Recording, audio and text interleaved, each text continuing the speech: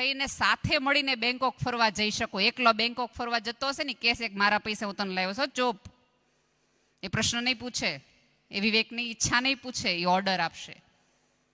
સાથે મળીને 2 માળનું મકાન કરી શકવા જોઈએ એવા પતિ પત્નીઓને જોડો.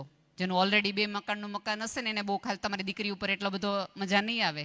અને એ કેવું કહેવાય કે અત્યાર સુધી પહેલાના આમાંના કેટલાય પેઢી એવી હશે કે જે ડૉક્ટર હશે, એન્જિનિયર હશે, ભણેલ ગણેલ હશે, બેચલર હશે, અને પત્ની સાવ અભણ હશે. તમારા ઘણા બધાની મમ્મી એવી હશે કે તમારા પપ્પા ખૂબ ભણેલા હશે પણ તમારી મમ્મી નહીં ભણેલી હોય.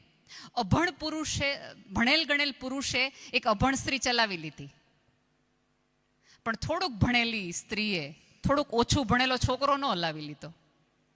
તમે જો અત્યારે એમ કહો કે ભાઈ સરસ બિઝનેસમેન કરે છે, એની આવક આટલી બધી સરસ છે, એ ડાયમંડમાં આટલું બધું કમાય, તો કે પણ ભણ્યો નથી, ગ્રેજ્યુએટ નથી, મને ગ્રેજ્યુએટ જોઈએ.